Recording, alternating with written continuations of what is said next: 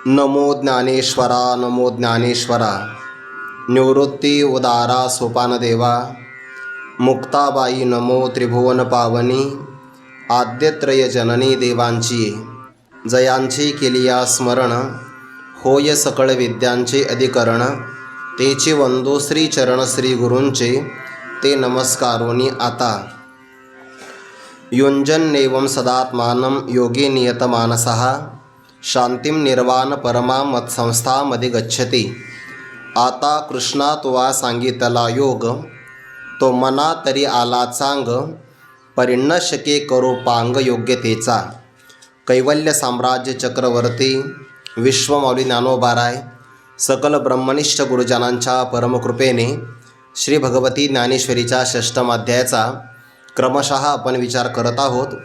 या अध्यायातील 11व्या क्रमांकाच्या श्लोकापासून तर 15व्या क्रमांकाच्या श्लोकापर्यंत भगवंताने संपूर्ण योग साधनेचा अगदी प्रारंभापासून तर फलप्राप्तीपर्यंत सुंदर स्वरूपाचा संक्षेपतः सूत्ररूपाने विचार प्रतिपादन केलेला आहे। योगाची साधना कुठं करावी तर ती पवित्र देशामध्ये करावी।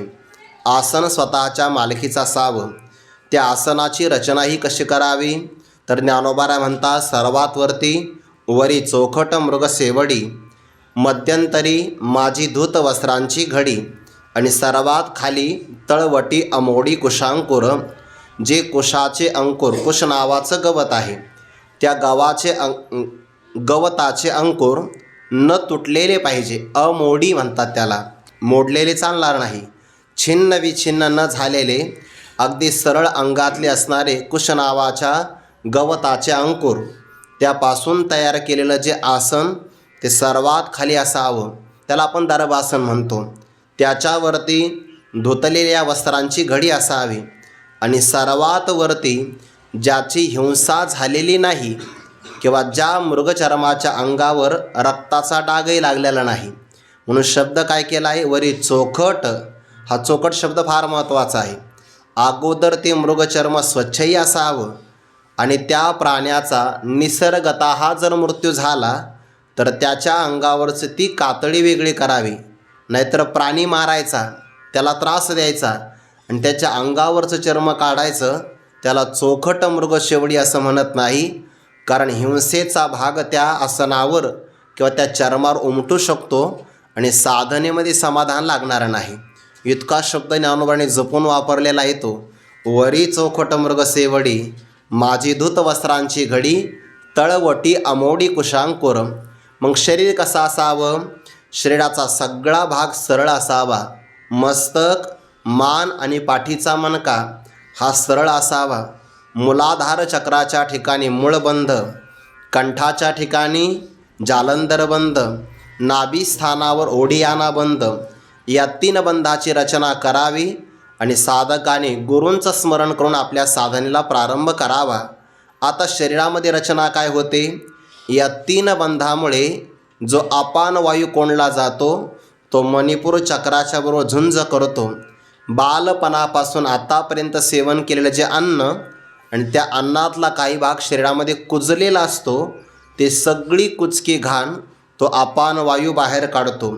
दुसरीकडे वज्रासनाच्या उष्णतेमुळे जागी झालेली कुंडलिनी शक्ती, काल परवा एका ठिकाणी तो विचार वाचला, योगाचा अभ्यास करणारी मंडळी असं म्हणतात, योगातला त्यांचा ते अभ्यास आहे, निष्णात आहे ते, तर गर्भ अवस्थेमध्ये जीवात्मा जेव्हा येतो, प्रवेश करतो, तेव्हा त्या जीवात्म्याचं सगळं पोषण ती कुंडलिनी नावाची शक्ती करते आणि जेव्हा त्या जीवाचा जन्मकाल जवळ येतो तेव्हा ती त्याच्या कमरेच्या भोवती 3.5 वेढे देऊन सुप्त अवस्थेला प्राप्त होते। म्हणजे ती झोपलेली असते, गर्भावस्थेमध्ये जागी आहे, त्या जीवाचा जन्म होण्याच्या प्रसंगाला ती 3.5 वेढे देऊन सुप्त रूपामध्ये राहते। आता तीच कुंडलिनी वज्रासनाच्या उष्णतेमुळे जागी झाली की तिला भूक लागते आणि भूक लागल्यानंतर नखाच्या खाली असणारी त्वचा इथपर्यंत सगळ्या शरीरातला मांसल भाग, सप्तधातू, जे काही असेल ते सगळं भक्षण करते, शांत होते। सर्वात वरती तिला चंद्रामृताचं एक तळ आहे, त्याला धक्का लागल्यामुळे त्या चंद्रामृतात तळ्यातलं काही अमृत तिच्या मुखामध्ये आलं की ते सगळं अमृत सर्वांग शरीरामध्ये पसरतं आणि त्या योगी पुरुषाला पुन्हा नूतन शरीराची कांती प्राप्त होते. त्या सगळा विचार आपण पाहिलेला आहे. हा प्रवास करता करता ती कुंडलिनी शक्ती, त्याला शक्ती असं म्हणतात, आणि या शरीरामध्ये असणारं अधिष्ठान चैतन्य त्याला शिव असं म्हणतात. या शिवशक्तीचं समावेशन हे या योगाचं साध्य आहे. किंवा जीवाचं ब्रह्मस्वरूपामध्ये ऐक्य होणं हे या योगाचं साध्य आहे. पण या माध्यमातून शरीरानेच शरीराचा ग्रास केला जातो. पिंडे पिंडाचा ग्रास तो हा नाथ संकेतीचा दंश. परी दावून गेला उद्देश श्री महाविष्णू, तया ध्वनिताचे केने झाडोनी, ध्वनिताचे केने सोडोनी, यथार्थाची घडी झाडोनी, उपलविली म्या जाणोनी ग्राहिक श्रोते. ज्ञानोबराय म्हणतात हे सगळे श्रोते ग्राहक आहे, या योग मार्गाचे गिराईक आहे. आणि त्यांच्याकरता भगवंताने झाकून घडी करून ठेवलेला जो काही योग हाच एक प्रकारचा माल आहे. आणि तो मालाचा गठ्ठा मी मोकळा करून सांगितला. असा अंतकरणावर संयम करणारा, योग साधनेमध्ये तत्पर असणारा आणि सदैव आपल्या अंतकरणाला भगवत स्वरूपाशी जोडणारा जो पुरुष आहे साधक, त्याला सर्वात शेवटी असणारा जो मोक्ष, ज्याच्यामध्ये अविद्येची शांती आणि अविद्या कार्याचा बाध होतो आणि परमानंद रूपता मत्संस्था या फलाला तो प्राप्त होतो. आता हे फल प्राप्त झाल्यानंतर परमार्थामध्ये कोणतंही फल प्राप्त करण्याची आवश्यकता राहत नाही. जोपर्यंत साधनेला फल नसतं तोपर्यंत साधना करावी लागते.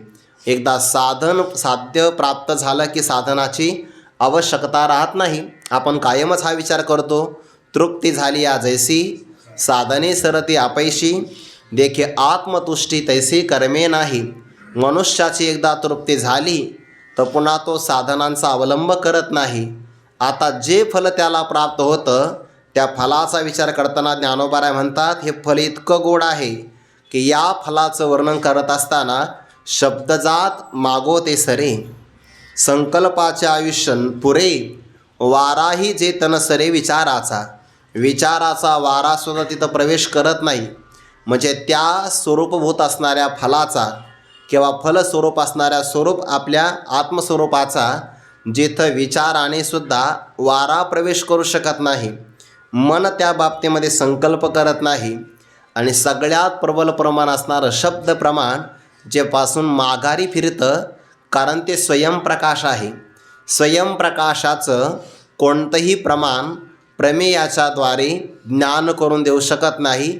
नाहीतर त्या प्रकाशाला बाध येऊ शकतो. असं जे स्वरूप निर्गुण आहे त्या निर्गुण स्वरूपाला एक अंकुर फुटतो आणि त्या अंकुराला म्हणतात भगवंताचं सगुण साकार चतुर्भुज रूप. हा अंकुर केव्हा येतो?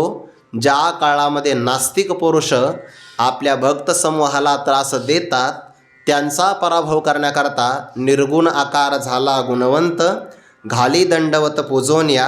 हा सगळा विचार भक्तराज अर्जुनाने ऐकला आणि भगवान परमात्मा म्हणतात ते महासुख अनिर्वाच्य आहे. शब्दामध्ये वर्णन करता येत नाही. पण या योग साधनेनं ज्यांनी स्वतःला शुद्ध करून घेतलं ते मात्र शुद्ध झाल्यानंतर मत स्वरूपाला प्राप्त होतात.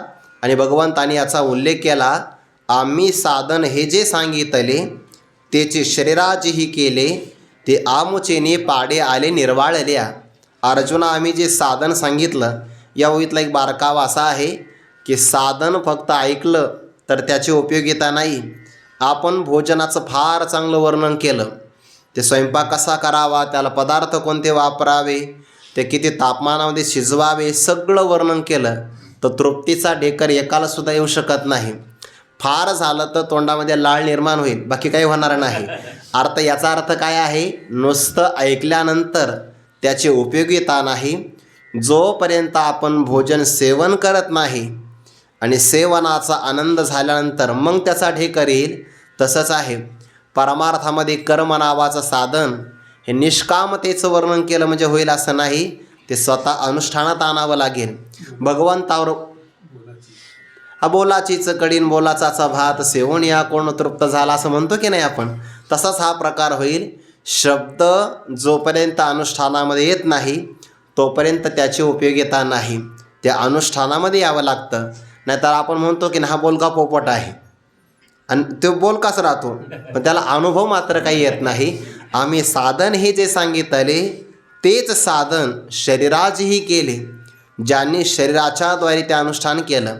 यातला एक सूक्ष्म भाग असा आहे की साधनेशिवाय साध्य प्राप्त नाही आणि साधना करण्यासाठी शरीराशिवाय पर्याय नाही. म्हणजे शरीर हे जे आहे ते अतिशय महत्त्वाचं आहे. चारवाकाप्रमाणे नाही बरं, साधकाच्या दृष्टिकोनातून साधनेसाठी ते महत्त्वाचं आहे. चारवाकाचं म्हणणं फक्त एकच आहे, यावत जीवम सुखम जीवित ऋणम कृत्वा घृतम पिबेत भस्मीभूतस्य देहस्य पुनरागमनम कुतः. तो म्हणतो जोपर्यंत जगायचं तोपर्यंत आनंदाने जगायचं. मग आनंदाने जगायचं म्हणलं तर चांगलं खाल्लं पाहिजे. तो मी कुठं नाही म्हणतो, चांगलंच खाल्लं पाहिजे. सामान्य तेलामध्ये पदार्थ तळण्यापेक्षा तुपात तळले पाहिजे. म्हणे मग आता तूप आणायचं कुठून? कर्ज काढा. ऋणम कृत्वा घृतम पिबेत. पण आपल्या भारतातला चारवाकसुद्धा चांगला आहे हा, एका अंगाने. कारण तो बिचारा तूप खायला सांगतो, एवढ्या अंगात चांगला आहे. बाकीचे पेय पदार्थ सांगत नाही, तो भाग सोडून द्या. ऋणम कृत्वा घृतम पिबेत. आणि मग ते ऋण फेडायचं कसं? भस्मीभूतस्य देहस्य पुनरागमनम कुतः. एकदा या देहाची 3 चिमट्या राख झाली, पुन्हा कोण येणार आहे? तो सगळा भाग सोडून द्या. याकरिता हे नाही, शरीर हे साधनेकरता महत्त्वाचं आहे. आणि ती साधना अनुष्ठानात जर आणली तर साधनेनं मनुष्य शुद्ध होतो बरं. हा आपला दररोजचा अनुभव आहे. आपल्या जीवनामध्ये दररोजच्या साधनेनं, सत्संगतीनं, स्वाध्यायाने आपल्या अंतःकरणामध्ये शुद्ध विचाराची जे काही अंकुराची उत्पत्ती होते ती वाढत गेली तर मनुष्याचं समाधान वाढतं. हा स्वसंवेद्य असणारा अनुभव आहे आणि तो ज्याचा त्यालाच येतो. भगवान म्हणतात शुद्ध झाल्यानंतर ते आम्हालाच प्राप्त होतात. माझं स्वरूप हे परब्रह्म स्वरूप आहे आणि परब्रह्माचा रस शरीर नावाच्या मुशीमध्ये ओतावा आणि जसा तो मुशीचा आकार परब्रह्माच्या रसाला प्राप्त व्हावा तसे ते देहाच्या कृतीने आमच्यासारखे दिसतात. ज्ञानोबांची कल्पना आहे. आपण साखरेचा पाक करून त्याला ते गाठी तयार करतात ना, तसा आकार देऊ शकतो. किंवा मूस तयार करून आपण सुवर्णाचा रस तयार करून अलंकार तयार करू शकतो. पण ज्ञानोबांच्या विचाराची उंचीच एवढी मोठी आहे की ज्ञानोबा म्हणतात परब्रह्माचे निरसे देहाकृतीची नि मुसे ओतीव झाले तैसे दिसती ते. भगवान म्हणतात ही प्रतीती जर प्राप्त झाली तर संपूर्ण विश्व मावळतं. संपूर्ण विश्व हे आपल्या अनुभवावर आहे, किंबहुना आपल्या कल्पनेवर आहे. 9व्या अध्यायामध्ये हा विचार येणार आहे. तैसे इय निर्मळ माझ्या स्वरूपी जो भूत भावना आरोपी तयासी तयाच्या संकल्पी भूताभासू असे त्याची कल्पिती प्रकृती पुरे तरी भूताभास आधीच सरे मग स्वरूप उरे एक सरे निखळ माझे. भ्रमाला कारण अधिष्ठान नाही बरं, भ्रमाला कारण आपलं अंतकरण आहे. उदाहरण देतो, लक्षात येईल. ते कायमचंच आपलं उदाहरण आहे. रस्त्याच्या कडेला दोरीच पडलेली आहे, रज्जू कायमचं उदाहरण आहे.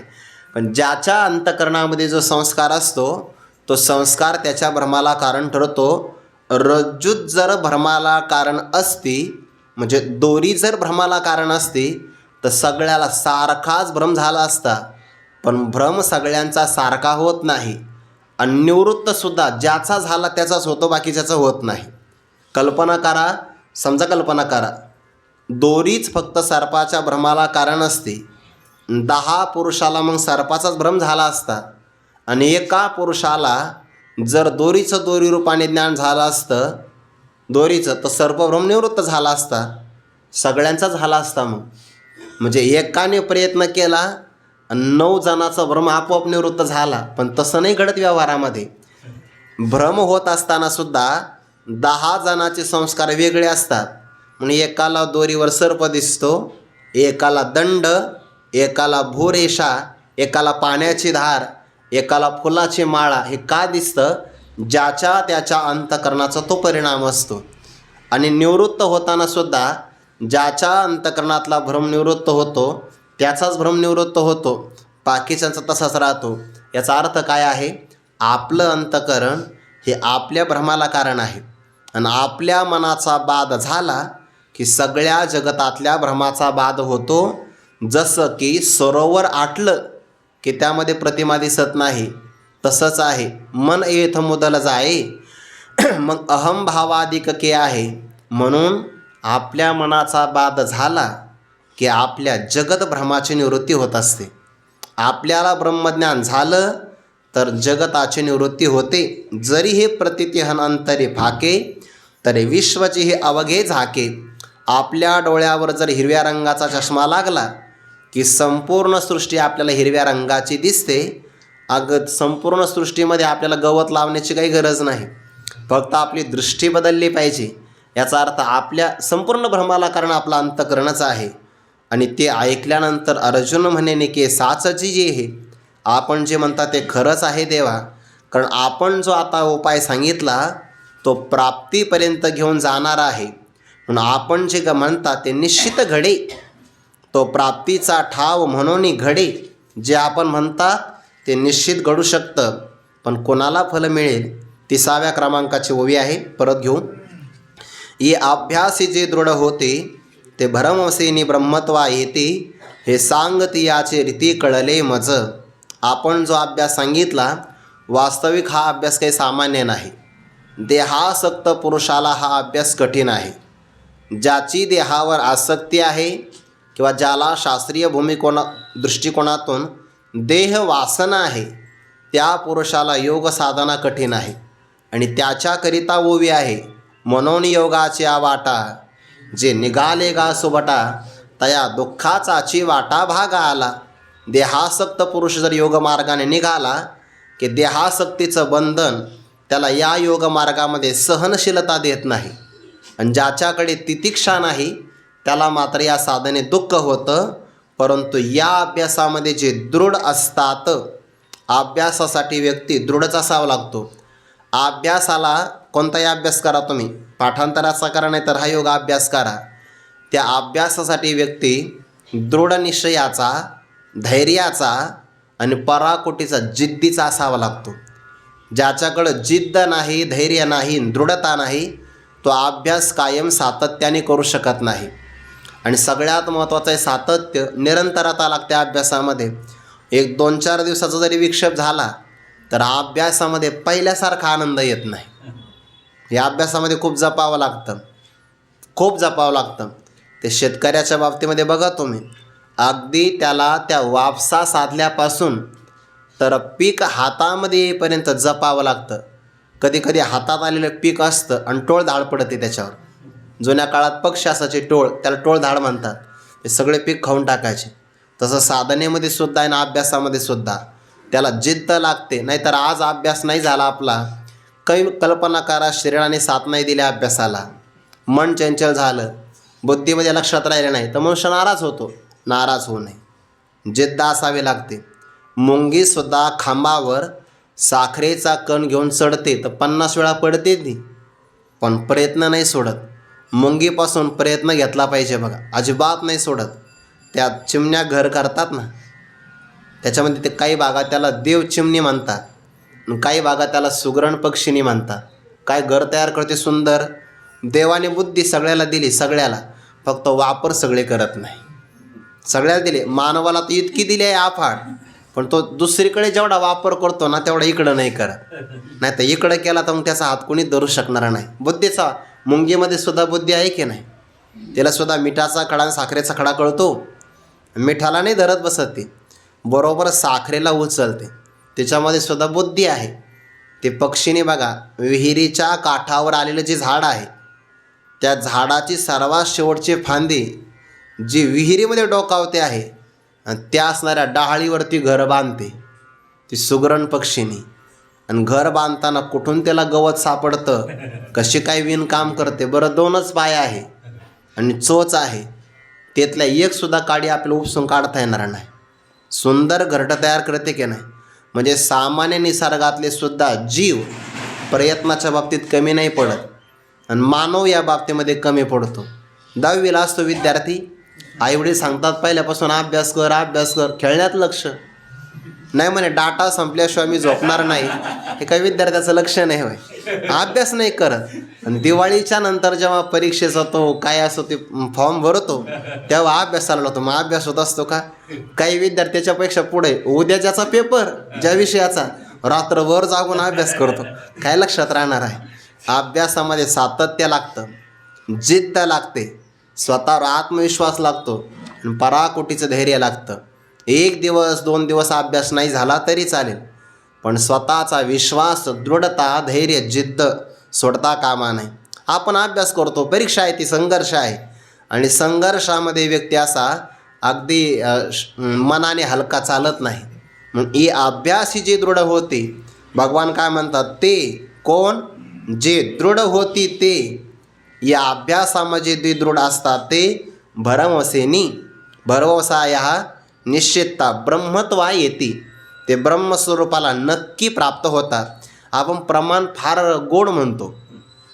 नरदेह निदान लागले हाती, उत्तम सार उत्तम गती, देवची होईन म्हणते देवते होते, तरी का चित्तीनं धरावे.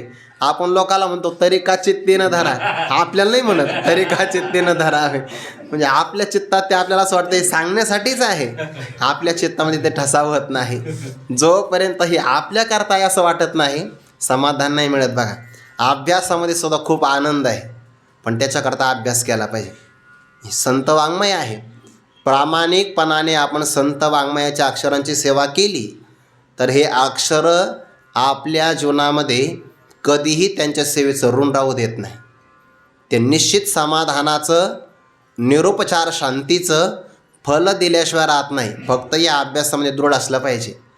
कोणत्याही प्रकारची स्पर्धा न करता फक्त स्वतःचं जीवन आणि त्या जीवनातले सगळे क्षण चांगले व्यतीत करण्यासाठी एकच आलंबन घेतलं पाहिजे, ज्ञानेश्वरीच्या अक्षरांची सेवा. याच्यामध्ये फक्त काल व्यतीत करावा. आणि असंही काही नाही की मी आज पाठांतर केलं आणि ते मला उद्या आठवलंच पाहिजे, लोकांनी विचारलं म्हणजे तेव्हा ते प्रगट झालं पाहिजे. आपण अभ्यास लोकांसाठी नाही केलेला, आपण आपल्यासाठी केलेला आहे. आपल्याला त्या दिवसभरामध्ये जरी ते आठवलं, काय आहे, शिक्के पाडले पाहिजे. आपण एखादी पावती लिहितो की नाही, पावती लिहितो ना, 120 रुपयाची का होईना पावती लिहितो आपण, तर त्या पावतीच्या खाली काळा कागद असतो, कार्बन, तर त्याच्या खालीसुद्धा काय होतं, अक्षरं उमटतात. बघा, दुसरी आपण पावती फाडली त्याच्या खाली अक्षरं उमटतात. तसं अभ्यास करणं म्हणजे आपल्या बुद्धीमध्ये हे अक्षर उमटवणं आहे. त्या दिवशी जरी उमटले ते तरी चालतं, दुसऱ्या दिवशी नाही का आठवेना, पण त्या दिवशी ते आठवले पाहिजे. त्याला अभ्यास म्हणतात. हा योगातलाही अभ्यास आहे. ओलेमुळं भेदे खडकाचे अंग, अभ्यासाचे अंग कार्यसिद्धी. ओलंच मुळं असं झाडाचं नख जरी लागलं ना 2 नखामध्ये तरी तुटू शकतं, पण अभ्यास करतं ते. काही ते झाडाचे मुळं असतात ना, तर ते बिचारं दगडाच्या नादी नाही लागत. ते दगडा ओव्हरटेक करून दुसरीकडचा आपला मार्ग घेतात आणि मग पुढं वाढत राहतात. पण काही लयच दृढ असतात, नाही ते दगडालाच वेग पाडतात. ते ओलेमुळं भेदी दगडाचे, असं ना, खडकाचे अंग. ते खडकाला असं वेटोळा नाही घालत, ते खडकातूनच मार्ग काढतात. मग आता ते जर मार्ग काढू शकतात, आपण तर मानव आहे, विद्यार्थी अवस्था आहे, तारुण्याचं वय आहे, आळंदीसारखं क्षेत्र आहे, आणि सगळी योग्यता आहे आपल्याला. नवे ऐसे काही नाही अवघड, करी कैवाड जाणे, ते तोचीवरी. जो कैवाड हा पक्ष घेतो आणि जोपर्यंत पक्ष घेत नाही अभ्यासाचा, तोपर्यंत त्याला हे प्राप्त होत नाही. दोरा चिरा पडिला काचनी, अभ्यासी सेवनी विष पडे. अभ्यास केला विष सेवनाचा. जुन्या काळात हे प्रयोग करायचे. सुईच्या टोकार मावेल एवढं पहिल्यांदा विष घ्यायचं, एकदम 1 कप भर नाही घ्यायचं. नाही, यद गत्वा निवर्तन ते तद्धाम परमम. सुईच्या टोकावर मावेल असं अभ्यास आहे. मग आपल्या शरीराला सवय होती. शरीराचा असा आहे, विष खाल्लं की आपलं शरीर त्या विषाला पचविण्याकरता लागणारे जे काही घटक असतात ना, ते आतल्यात शरीर तयार करतं. रचना आहे शरीराची. समजा एखाद्याला काही विषाणूचा बाधा, तर अँटीबॉडीज तयार होतात ना, इंग्रजी शब्द आहे, ते तयार होतं त्या आतमध्ये. तसं विष सेवन केलं की ते आत तयार होतं, मग त्याची मात्रा वाढवत जायची. मग अशा पुरुषाला विषारी नाग जरी चावला, नाग मरतो, त्याला काही होत नाही. कारण त्याच्या हा साधुनी बचनाग खाती तोळा तोळा हा आणि का ते डोळा न देखे. बचनाग नावाचं ते गोड लागतं, पण ते साधुनी म्हणजे त्याची साधना करून करून करून तोळा तोळा खातात. ते थोडं जरी खाल्लं आपल्यासारख्याला तर मग मृत्यूच आहे, पण त्याचा ते अभ्यास करतात तर त्यांना ते पचतं. बाकीच्या डोळ्यांना सुद्धा ते पाहता येणार नाही. हा अभ्यास आहे. मग अभ्यास हा योग्य वयात. आपल्याला अभ्यासाला काय कठीण आहे बरं इतर शास्त्राचा अभ्यास केला तर फार मोठी परीक्षा आहे. संत वाङ्मयाच्या बाबतीत परीक्षा नाही. हा सुरुवातीला होते पहिल्या वर्षी परीक्षा, पण नंतर हे ग्रंथ एवढे सहाय्य करतात की ते आपोआप आपल्या हृदयामध्ये जाऊन बसतात. आणि एक जीवन ग्रंथ खरंच असावा की जो आयुष्यातल्या सगळ्या समस्यावर एक भूमिका जीवनामध्ये अशी येऊ शकते की त्या काळामध्ये मनुष्याला समस्या फार असतात पण उत्तर सापडत नाही. मग अशा प्रसंगाला कोण उत्तर देऊ शकतं? ग्रंथ देऊ शकता. आणि त्यासाठी सेवा करावी. हे अभ्यास जी दृढ होती तो का म्हणे कैसा बैसने असे ठाव. हा जठरी बाळ एकाएकी. ते गर्भ अवस्थेमध्ये जेव्हा बालक जन्माला येतो की नाही, 9 महिन्यापर्यंत तो गर्भात राहतो. तो 9 महिन्यापर्यंत वाढतो, पण वाढण्याच्या अगोदर त्याचा जेव्हा प्रवेश होतो तेव्हा तो अतिशय सूक्ष्म आकारामध्ये असतो, त्याला जागा नसते. पण तो हळूहळू जसा वाढतो तशी त्याला जागाही होते आणि त्याचा अभ्यासही होतो. ते सोनोग्राफी केली जाते की नाही, त्याच्यामध्ये त्या बाळकाची बैठक दाखवली जाते. तो कसा असतो, त्याचे ते 2 पाय मांडीपर्यंत आलेले, त्या मांड्या पोटापर्यंत आलेल्या, दोन्ही हात जोडले, प्रार्थना करतो देवाला, एक वेळ करी या दुःखा वेगळे. मग त्याला एकदम जागा असते का? नाही. पण ते अभ्यासामुळे त्याला सुद्धा जागा प्राप्त होते. मग अभ्यासामुळे पशुपक्षीसुद्धा प्रगती करतात. हल्लीच्या काळामध्ये नाही का घर बांधतात बघा, तर ते आता सांगू शकतो आपण घर कसं बांधायचं. आणि ती सुगरण पक्षीने आपल्या चोचीने घर बांधते. असं म्हणतात बघ की तिच्या खोप्यामध्ये सुद्धा कापूस ठेवलेला असतो. कापूस मग तिचा बेडशीट आहे. आणि तिथं आपल्या बाळकांना उजेड मिळावा याकरता ते चिखल आणते. आणि चिखलामध्ये जो काजवा आहे ना, काजवा पावसाळ्यातला, त्या काजव्याला आणते आणि त्या काजव्याला त्याच्यामध्ये खूप असते. काजव्याच्या मागं प्रकाश असतो. तिचं तोंड चिखलामध्ये रात्रभर कंदील.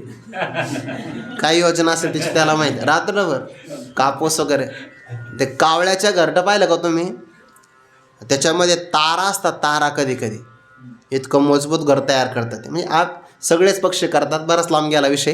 हे अभ्यासाची दृढ होते ते भरवसेनी ब्रह्मत्वा येती. या अभ्यासामध्ये जे दृढ असतात. सांगण्याचं तात्पर्य काय आहे? मानवाने अभ्यासामध्ये स्वतःचं धैर्य सोडू नये. आपल्यामध्ये क्षमता अफाट असते सगळ्यामध्ये, पण आपल्या विचाराने आपल्या क्षमता आपण प्रगटच करू देत नाही. मला कसं शक्य होईल, मला नाही जमणार ते. मग हे विचारच आपल्याला काही जमू देत नाही. मला नक्की जमेल, मी ते करेल असं म्हटलं की ते बरोबर सगळं शक्य होत असतं. भाग्य असं आहे, आपण बसलो की आपलं भाग्य बसतं, आपण झोपलो की भाग्यही झोपतं. शेते निपद्यमानस्य असं म्हटलं आहे की नाही.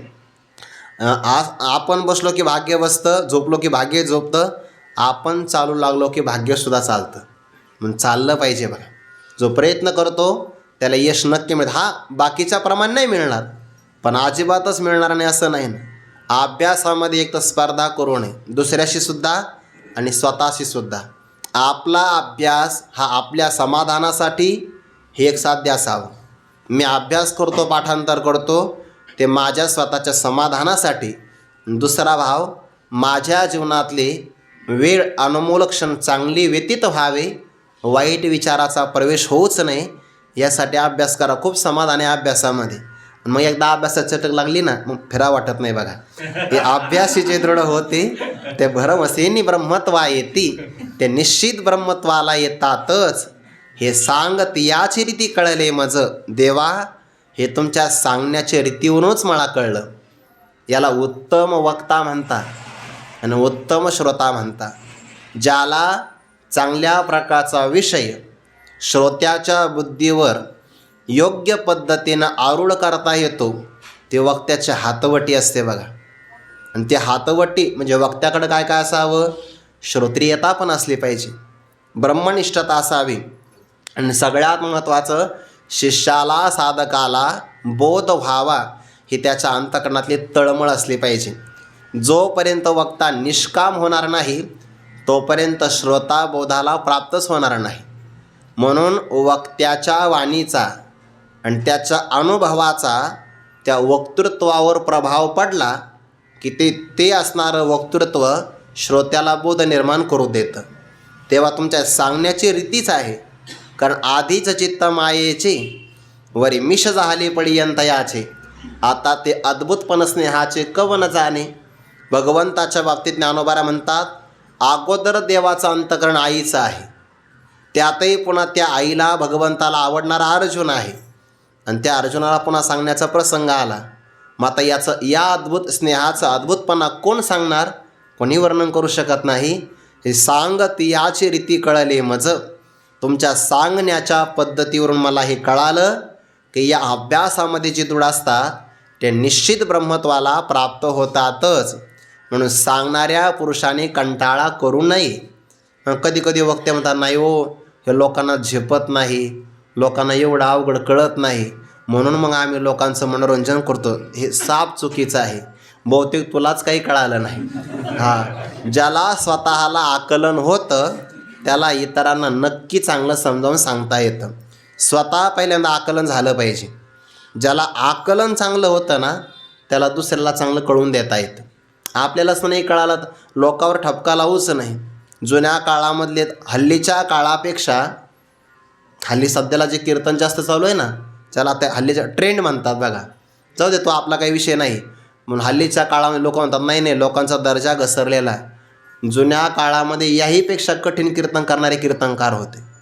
त्या काळात तरी एवढी फार सुविधाही नसायची, पण तरीसुद्धा लोकांची असणारी ऐकण्याची भूक. याचा अर्थ काय, त्या अभ्यास तसं करायच्या अगोदर अभ्यास केला ना आकलन झालं की समजावून नक्की सांगता येतं. हे सांगत याची रीती कळले मज, पण त्यामध्ये तळमळ असावी. धृतराष्ट्राने थोडासुद्धा प्रतिसाद नाही दिला गीतामध्ये, गीतेमध्ये प्रतिसादच नाही मिळाला, पण संजयने आपलं कर्तव्य नाही सोडलं. म्हणून ज्ञानोबाने शब्द किती गोड वापरला, तैसी श्रीहरी वक्त्रीचे अक्षरे संजय सांगितले आदरे, ते अंधू तोही अवसरे सुखिया झाला. परिणाम होतच असतो. वक्त्याने आपलं काम केलं पाहिजे. ज्ञानोबारा म्हणतात, जेव्हा द्राक्षी दूध घातले तेव्हा वाया गेले गमले, परी फळ पाकी दुनावले देखिले जेवी. द्राक्षाच्या बुडाला दूध घातल्यानंतर लगेचच्या लगेच फळं येतात का, नाही येत. एखादी व्यक्ती असं म्हणलं नाही नाही ते वाया गेलं बुवा, आता एवढं मोला मागाचं, असं नाही म्हणता येत. जेव्हा त्या द्राक्षाच्या विहिरीला घडं लागतात ना तेव्हा असं म्हणतात की द्राक्षही जास्त प्रमाणात लागतात आणि जास्त गोडही लागतात. दुधाचा हा परिणाम आहे.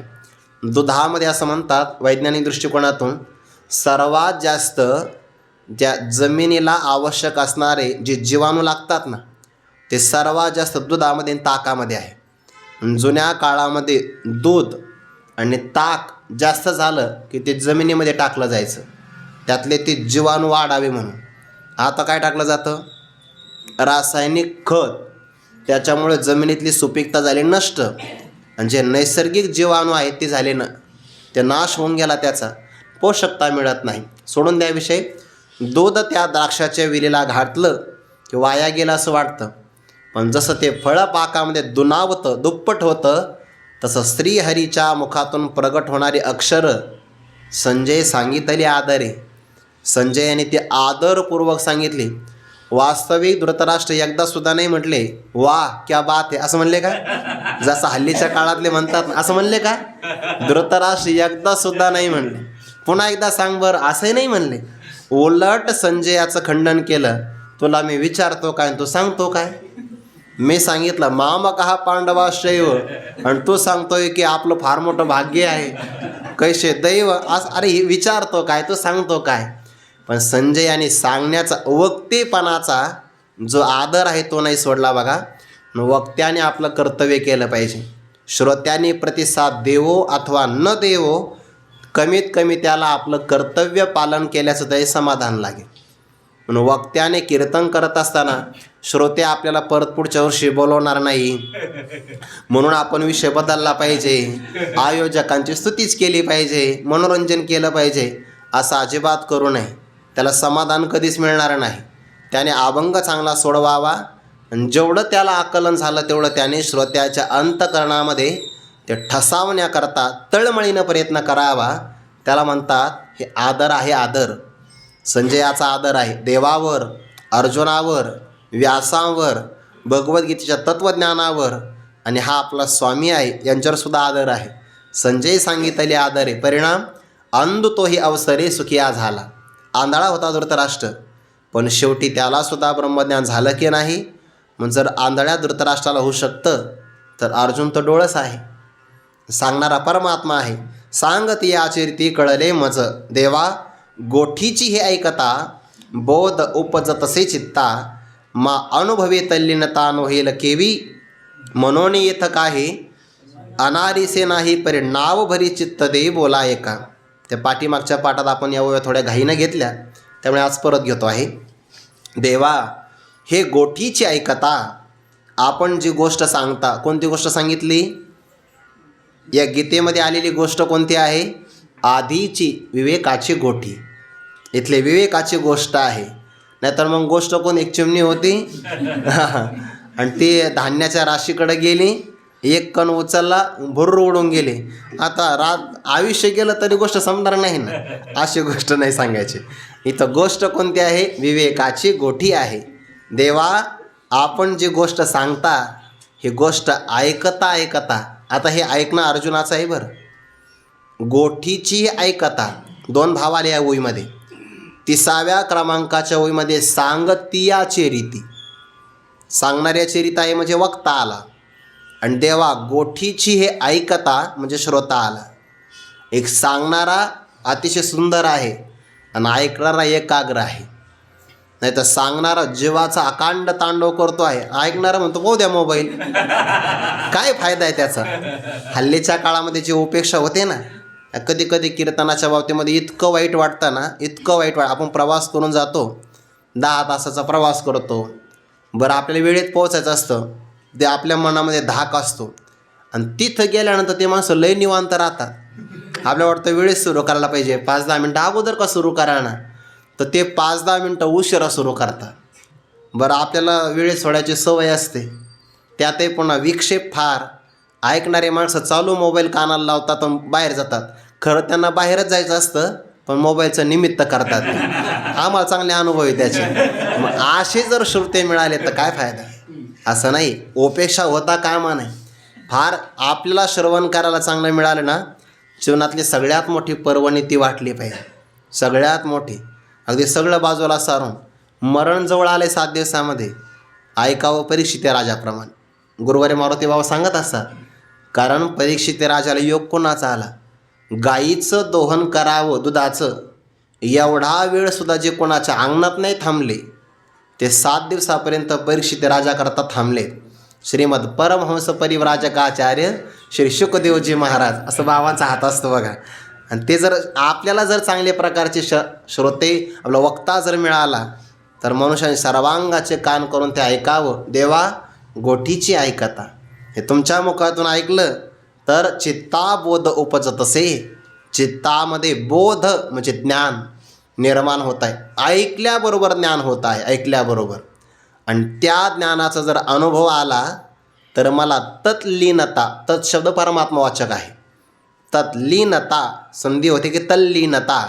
मग भगवत स्वरूपामध्ये लीनता का बरं प्राप्त होणार नाही? निश्चित प्राप्त होईल.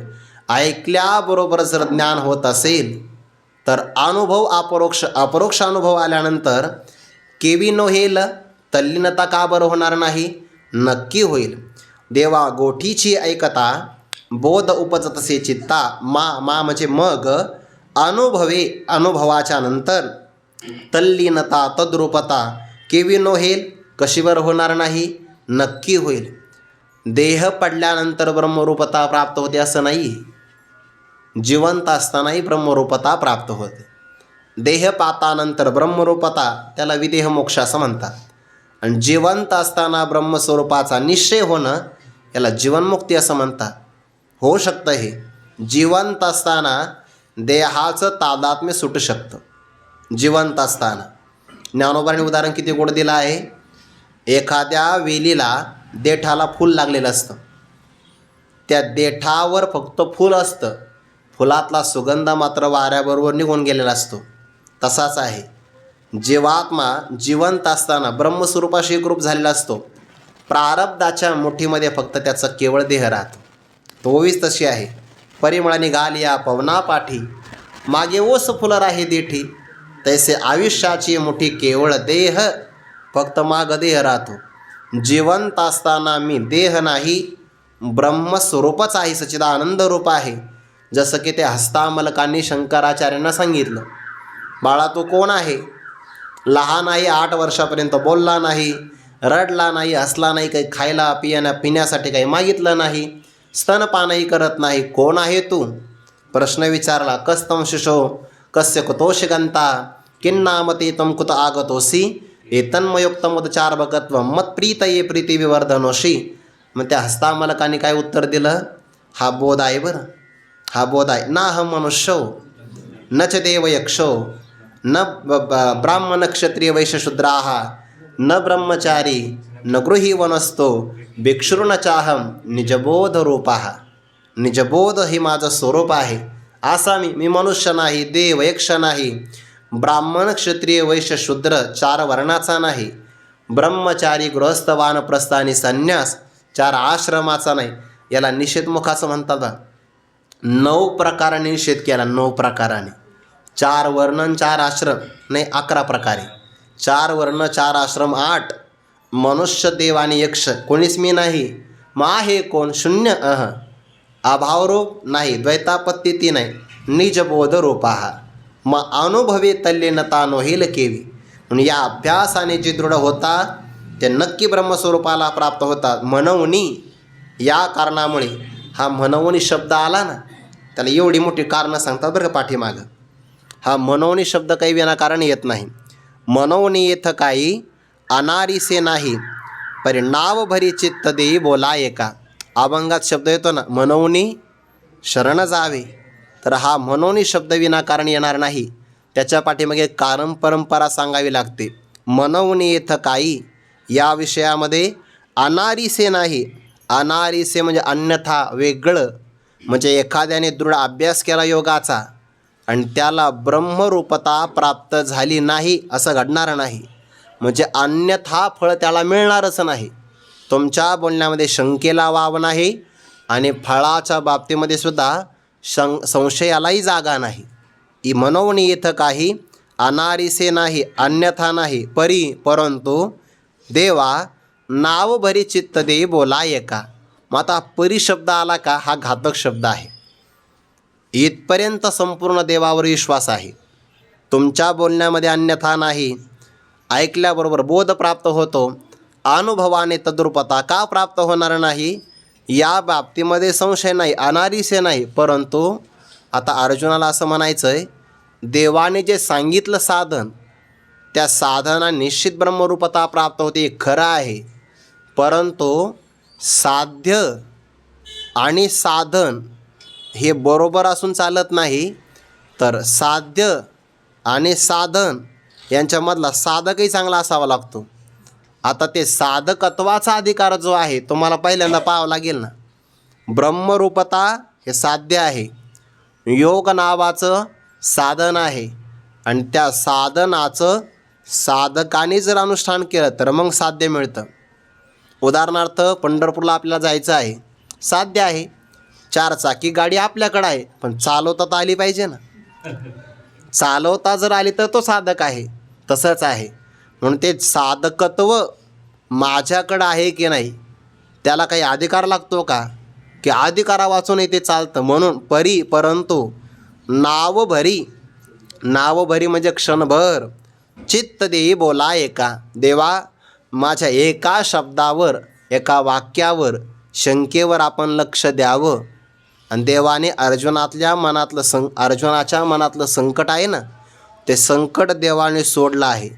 इथपासून आता हे सगळं जे चिंतन आहे ना, खरं तर असं आहे, या 28व्या ओळीपर्यंत या श्लोकाचं सगळं चिंतन झालेलं आहे. आता पुढे ज्या ओव्या आले ना, त्या सगळ्या ओव्या अर्जुनाच्या मनातल्या आहे. कारण ते तव अर्जुन म्हणे निके साचची जी आहे, तर हे अर्जुन म्हणे असा शब्द आहे का गीतेमध्ये? या अध्यायामध्ये आहे का?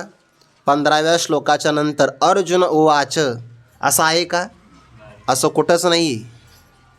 म्हणजे अगदी शांकर भाषामध्ये पण नाही, किंवा शंकरानंदी ग्रंथातही नाही, किंवा मधुसूदनी टीकेमध्ये सुद्धा नाही, फक्त ज्ञानेश्वरीत आहे. कारण अर्जुनाला नेमकं तेव्हा काय म्हणायचं होतं आणि अर्जुनाच्या मनात काय चालू आहे, ज्ञानोबारा इतके सुंदर वक्ते आहे ज्यांना देवाच्या मनातलंही कळतं, अर्जुनाच्या मनातलंही कळतं. आपल्या मनातलं नाही कळणार, सगळ्यांचं कळतं. देवाचे मनोगत तो दावित हासी मूर्त. म्हणून गुरुवारी डॉक्टर बाबा सांगत असतात, ही खरी ज्ञानेश्वरी आहे. आतापर्यंत ज्ञानोबारांना श्लोकावर चिंतन करायचं आहे, कारण श्लोकाचं भाष्य प्रगट करायचं. श्लोकाचं सगळं भाष्य संपल्यानंतर जेव्हा ज्ञानोबाराय स्वतः बोलतात ना, ते ज्ञानोबारांची स्वयंप्रज्ञा आहे, स्वतःची अलौकिक असणारी ऋतंभरा प्रज्ञा. आणि त्या प्रज्ञेच्या माध्यमातून अर्जुना मनात काय आहे, देवाच्या मनात काय काय, म्हणून देवाच्या मनातले सुद्धा बरेचसे भाव ज्ञानोबारांनी प्रगट केले. याच अध्यायामध्ये पाठी आलं की नाही? जया सोहम भावाटक मोक्ष सुखा लागोनी रंक, तयाची धिटीचा जने कळंक, लागेल तुझी या प्रेमा या काकुळती जनार्दने, अन्योपदेशाचे हातासने, बोला माझी मन मने अलिंगू सरले. हे देवाला असं वाटलं की जर हा माझ्याशी एकरूप झाला तर मग दिठीचे पाहता निविजे, का तोंड भरून बोलीजे, दाटूनी खेवदीचे ऐसे कोण आहे. जर हा अर्जुन माझ्याशी एकरूप झाला तर मग ज्याला पाहिल्याबरोबर डोळे शांत होतात, तोंड भरून बोलावं असं वाटतं, कडकडून आलिंगन द्यावं असं वाटतं, असा अर्जुनाशिवाय दुसरा कोण आहे. हा देवाच्या मनात चाललेला विचार होता या अध्यायामध्ये, तोही ज्ञानोबारांनी प्रगट केला.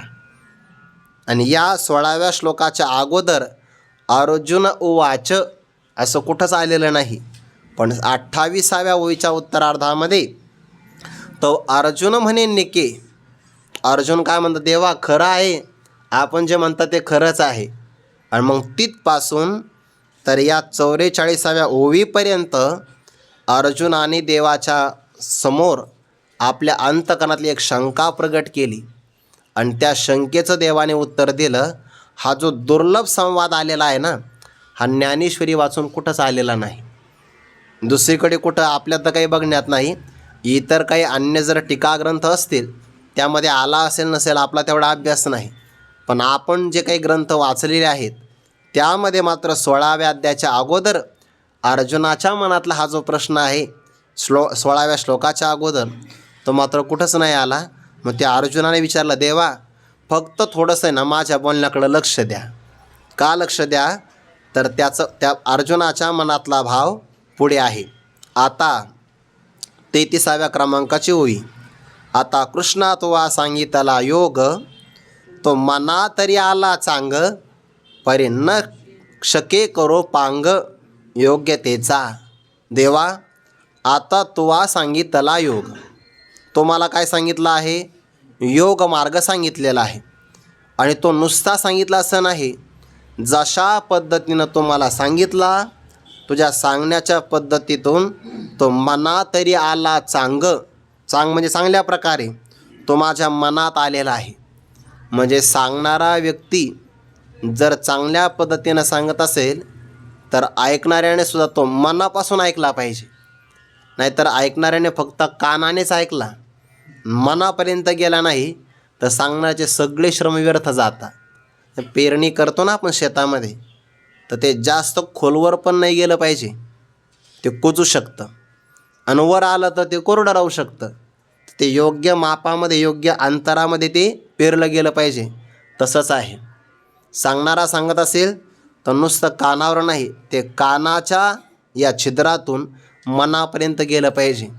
न आता कृष्णा तुवा सांगितला योग, तुम्ही मला योग मार्ग सांगितला आणि मी सुद्धा तो मनात तरी आला तो चांगल्या प्रकारे माझ्या मनामध्ये आलेला आहे.